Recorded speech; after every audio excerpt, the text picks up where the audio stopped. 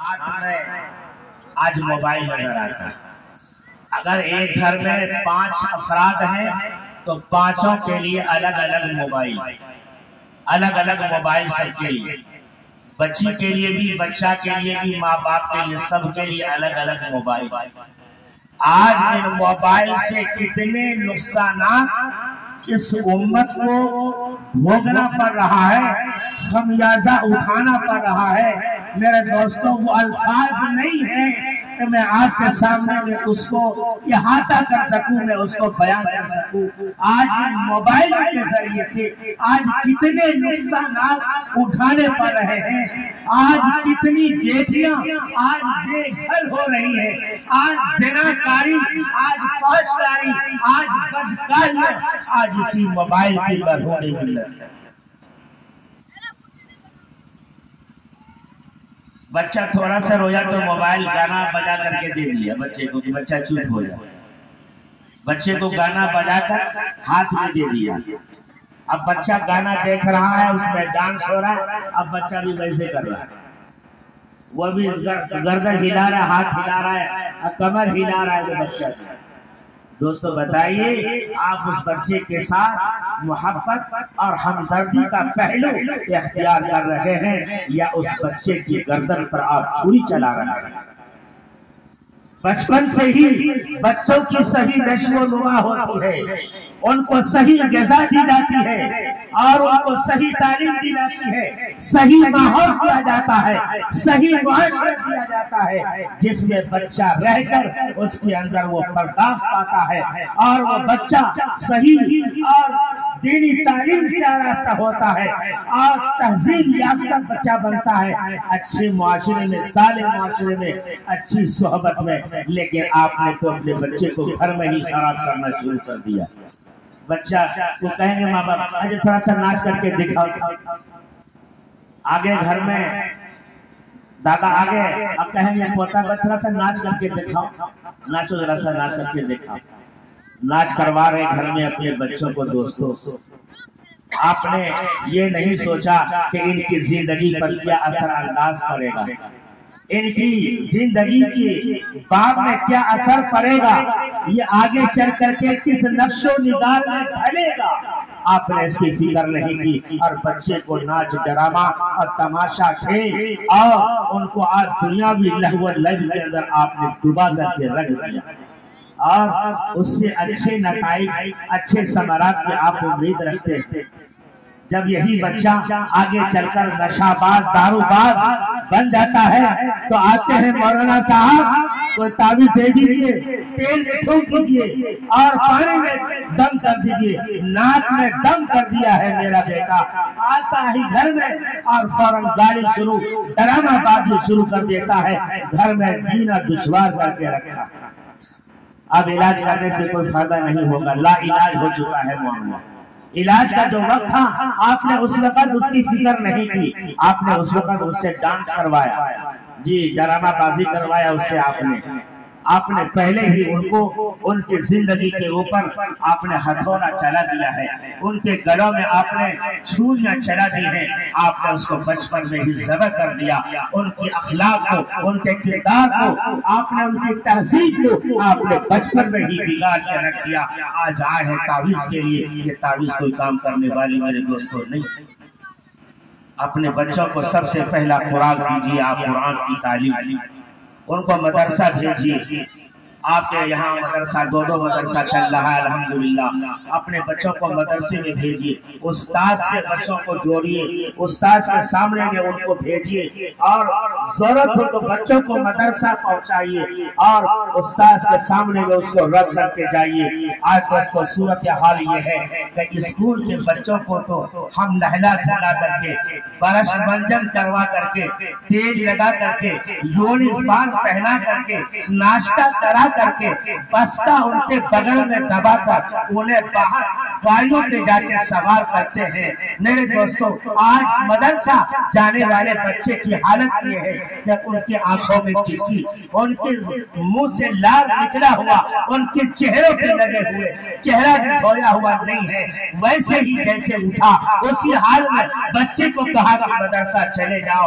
आपका मदरसों के साथ इतना सौतेलापन है, इतनी बड़ी नाइंसाफी है। अरे जो बच्चा अगर मदरसे के अंदर बिस्मिल्लाहिर्रहमानिर्रहीम पढ़ेगा तो आप याद रखिए आपकी जन्नत सवर जाएगी, आपकी मग़फ़िरत कर दी जाएगी। लेकिन उस बच्चे की आंखों से आप किसी को हटाना पसंद नहीं करते, उनके चेहरे से आप लार को धोना पसंद नहीं करते, उनको आप साफ सुथरा कपड़ा आप देना पसंद नहीं करते, जबकि यही वो बच्चा है कि जिसके पढ़ने की बुनियाद पर अगर ये बच्चा अपने उस्ताद के सामने में बिस्मिल्लाह पढ़ता है तो आपकी मग़फ़िरत का वादा, ये आपकी मग़फ़िरत का वादा। मेरे दोस्तों, एक वाक़या मुख्तसर से सुनाता हूँ। हजरत हमारे मखदूमुल मुकर्रम मुरब्बी और मसनद हदीस के शहसवार हजरत मौलाना काजी मुफ्ती शमशीर अहमद साहब मदाहिरी दावत बरकातुहुमुल आलिया तशरीफ रखते हैं। मैं ज्यादा देर हजरत को जहमत नहीं देना चाहता हूँ, बस मुख्तसर ये बात करके आपसे मैं जुदा होना चाहता हूँ। एक वाक़या आप समाअत फरमाइए। कहते हैं कि एक जलसा जो आज महशूर की सरजमीन पर मुनक़िद हुआ, ऐसे ही जलसों में जो इलाके से पूर्व जवार से प्यारी माँ बहनें भी आई हुई हैं, उन्हीं माँ बहनों की झुरमुट में एक यहूदी औरत भी आ गई थी। उन्होंने भी जलसे को सुना, कुरान के आयत को सुनी, कुरान के फजाइल को सुना, कुरान के बरकत को सुने, कुरान पढ़ने पर फवाइद को जो समरात मुरतब होते हैं, खुदाई इनामात होते हैं, उन बातों को उन्होंने सुना। उसके दिल में इस्लाम का दाया पैदा हो गया। जिस मजहब का कलाम कुरान इतना ऊंचा, इतना बाबरकत, काबिल अज़मत, जिनके पढ़ने पर इतना ज्यादा सवाब और ऐसे ऐसे फवाइद और नेकियां मुरतब होती है, यकीनन वो धर्म सच्चा धर्म है, उसी ही कबूल कर लेना चाहिए। चुनांचे उस यहूदी लड़की ने इस्लाम कबूल कर लिया। घर जाकर इस्लाम को फॉलो करना उन्होंने शुरू किया। माँ बाप दुश्मन हो गए और ये कहा कि तुमने हमारी नाक कटवा दी मुआशरे के अंदर, ये तुमने बहुत गलत किया, तुमको इस्लाम से फिरना पड़ेगा वरना तुमको आग के अंगारों में झुलसा देंगे, ऐसी तुमको सजा देंगे कि तुम फिर याद करोगे सरजमीन के ऊपर में। इसलिए तुम्हारे हक में बेहतर यह है कि तुम इस्लाम धर्म से फिर जाओ। उसने कहा कि मैंने इस्लाम धर्म कबूल कर लिया है, अब जिंदगी की आखिरी रमक तक मैं इससे फिर नहीं सकता। मैंने इस्लाम की ताज़गी पाई है, मैंने इस्लाम के अंदर जो खूबियां मैंने पाई है और उसके अंदर जो मैंने चाशनी पाया, जो मिठास पाई है, जो ठंडक मैंने इसमें महसूस किया, वो दुनिया की किसी चीज में मैंने ठंडक महसूस नहीं किया। मैं इस्लाम से नहीं फिर सकता। माँ बाप को खुली लफ्ज़ों में उन्होंने जवाब दे दिया, मैं अब इस्लाम नहीं छोड़ सकती, इस्लाम से पीछे हट नहीं सकती। माँ बाप ने तंग होकर के कुछ हरबा अपनाना मुनासिब समझा, कोई हरबा अपनाया जाए। आखिर कैसे समाज के अंदर सर उठा करके चलेंगे, इन्होंने कि हमारे सर को शर्मसार कर दिया, नाकें हमारी कटवा दी इन्होंने मुआशरे के अंदर। बहरहाल कहते हैं उस यहूदी लड़की का जो बाप था वो बादशाह का वजीर था, बादशाह का वजीर था। और कौन सा वजीर? बादशाह का जो फरमान होता था उस पर वो मुहर लगाने वाला वजीर था। एक मुहर उसे मिली थी, अंगूठी, उसी को वो मुहर लगाता था बादशाह के फरमान पर। चुनांचे उन्होंने एक हरबा सोचा कि ऐसा करते हैं कि इनके ऊपर कोई भारी इल्जाम लगा देते हैं, अगर मैं जान से मारता हूं तो मेरे ऊपर हालात आ जाएंगे, लिहाजा बादशाह के दरबार से ही इनका सर कलम करवा दिया जाए। चुनांचे उन्होंने एक हरबा सोचा, एक तदबीर सोची। वो तदबीर ये थी, उन्होंने ये सोचा कि ये जो हमारी मोहर वाली अंगूठी बादशाह सलामत की है, ये बेटी को देता हूँ और फिर बेटी से इसको चुपके से लेकर के इसको जाय कर देंगे और फिर बेटी को इस जुर्म की पादाश में सजा दिलवा देंगे, मौत की सरकलम की सजा। चुनांचे वो अंगूठी लेकर आता है, मोहर वाली अंगूठी जो बादशाह के फरमान पर लगा करता था, लाकर बेटी से दिया। बेटी ने अंगूठी हाथ में लिया तो क्या पढ़ा? बिस्मिल्लाहिर्रहमानिर्रहीम। हम लोग कोई काम शुरू करते हैं तो क्या कहते हैं? कुछ नहीं। अरे किसी भी काम के करने से पहले अगर बिस्मिल्लाह पढ़ लिया जाता है तो नबी का फरमान है कि उसके अंदर नुक्स नहीं आ सकता, उसके अंदर कमी नहीं आएगी, आयब नहीं आ सकता है।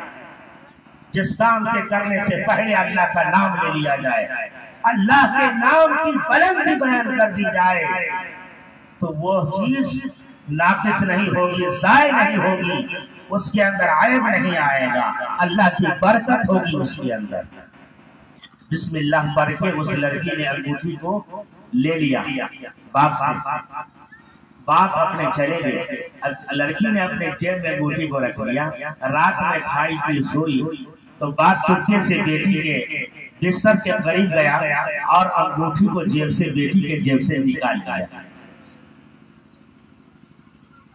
चूंकि पहले से प्लानिंग बनी हुई थी, अंगूठी लेकर जाकर कहां डाल दिया? घर में नहीं रखा, जाकर समुद्र में डाल दिया। वापस आ गया। सुबह होगी, दरबार जाना है, कुछ सालन की जरूरत है। बेटी ने कहा क्या पाजान, घर में सालन सब्जी का सामान नहीं है। बाप गए मार्केट, वजीर साहब तो देखा कि बड़ी अच्छी और खूबसूरत मछली आई है, 1 किलो से ऊपर ही का रेहू है। वजीर साहब का दिल आ गया, क्यों नहीं ये मछली ले ली जाए, बड़ी अच्छी मछली है, ताजी है।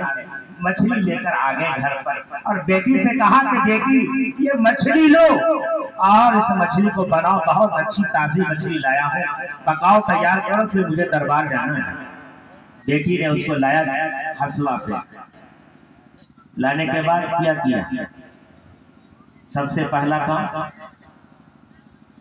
अल्लाह का नाम लिया, बिस्मिल्लाह उन्होंने पढ़ा। बिस्मिल्लाह पढ़कर मछली को हसवा के ऊपर रखा, तराशने के लिए उनके सर पर। पहले सर ही तराशते हैं, सर तराशा, जैसे ही सर को अलग किया मछली के सर को, उसके अंदर से वो अंगूठी बाहर आती। अंगूठी सुभान अल्लाह, सुभान अल्लाह, मछली के पेट से बाहर आती है, देखती है, अरे ये तो वही अंगूठी जो अल्लाह ने मुझे कर दिया था, ये यहाँ मछली के पेट में कैसे आ गया? बहरहाल उन्होंने उन चीजों की तरफ ज्यादा तवज्जो नहीं दी, अल्लाह का नाम लेकर के उसे जेब में रख लिया। मछली बनाई, तैयार किया। अब्बा हुजूर आए और पूछा बेटी खाना बन गया? बेटी कहती हाँ अब्बा जान खाना तैयार है, आप खाना तनावुल फरमा लीजिए। बेटी खाना लगाती है, अब्बा खाना खा लेते और उसके बाद दरबार का यूनिफॉर्म लिबास पहनकर बेटी से कहते हैं कि बेटी वो अंगूठी देना जो मैंने कल तुम्हें दिया था रखने के लिए। तो बेटी बिस्मिल्लाह अल्लाह का नाम लेकर जेब में हाथ डालती है और बाहर निकालती है। वो अंगूठी बाप के हाथ में डाल देती है। तो बाप अंगूठी देखने के बजाय बेटी को देखता है, अंगूठी को नहीं देखता, बेटी को देखता है। बेटी कहती है अब्बा जान अंगूठी ले लीजिए। आपने हमसे अंगूठी मांगा, अंगूठी ले लीजिए अब्बा जान। अब्बा कहते हैं कि हाँ बेटी, अंगूठी तो देख रहा हूं, लेकिन अंगूठी कहां से लाए? बेटी कहती है अब्बा जान आपने तो कल दिया था, ये वही अंगूठी है। तो हाँ हाँ अंगूठी वही है, बादशाह की मुहर वाली अंगूठी है, लेकिन ये तो बताओ अंगूठी तुमने कहां से लाया? बेटी कहती है अब्बा जान आप तो वही सवाल कर रहे हो, अरे यही अंगूठी है जो आपने मुझे कल दिया था, वही तो वापस कर रही हूँ। अब्बा कहते हैं हाँ हाँ अरे अंगूठी वही दे रही हो, लेकिन अंगूठी लाई कहां से? बार बार यही सवाल है अब्बा का कि अंगूठी कहां से लाई है। अब बेटी कहती है कि अब्बा जान वही अंगूठी है जो आपने कल मुझे दिया था। अरे अब्बा जान ये समझ रहे हैं अंगूठी तो वही है, लेकिन ये तो ज़ेरे दरिया कर दिया गया था, ये तो समुद्र में डाल दी गई थी, ये इनके पास कहां से आ गया? समुद्र से मछली के जरिए आई या कैसे ये मछली इसके जरिए से आ गई, ये कहां से इनके पास आ गई? आखिरकार बाप आजिज होकर बेटी से कहता है कि बेटी तुम्हें बताना पड़ेगा कि ये अंगूठी तुम्हारे पास कहां से आई है। फिर बेटी कहती है अब्बा जान इसमें हैरत की कोई बात नहीं है, जिस परवरदिगार का मैंने कलमा पढ़ा है, मैंने जिस ईमान को कबूल किया है, मैंने जिस नूर ईमानी को अपने सीने में सजाया है, ये अब्बा जान ये उसी ईमान का ये नतीजा है। ये खुदा की कुदरत का करिश्मा है कि जिस खुदा की खुदाई को मैं मानती हूँ, उनको तस्लीम करती हूँ और उसको इकरार करती हूँ, ये उसी खुदा की कुदरत का करिश्मा है कि आपने समुद्र में डाला मुझे जलील करने के लिए, मुझे रुस्वा करने के लिए, लेकिन वो खुदा बहुत बड़ा है, उसने मुझे सरे बाजार और बादशाह के दरबार में रुस्वा होने से खुदा ने मुझे बचा लिया, और वो है अल्लाह का नाम। ए मेरे अब्बा जान जब आपने मुझे अंगूठी दी थी तो मैंने उसी वक्त अल्लाह का नाम लेकर उस अंगूठी को लिया था। मुझे यकीन है उस अल्लाह की जात पर कि वो खुदा उसका नाम लेने के बाद वो खुदा अपने बंदे को ज़ाय नहीं कर सकता, अपने बंदों को ज़लील नहीं कर सकता, उसे राई के दाने के बराबर भी रुस्वा नहीं कर सकता। मेरे दोस्तों इस वाक़ये के बाद उस घर के सारे लोगों ने इस्लाम का कलमा पढ़ा।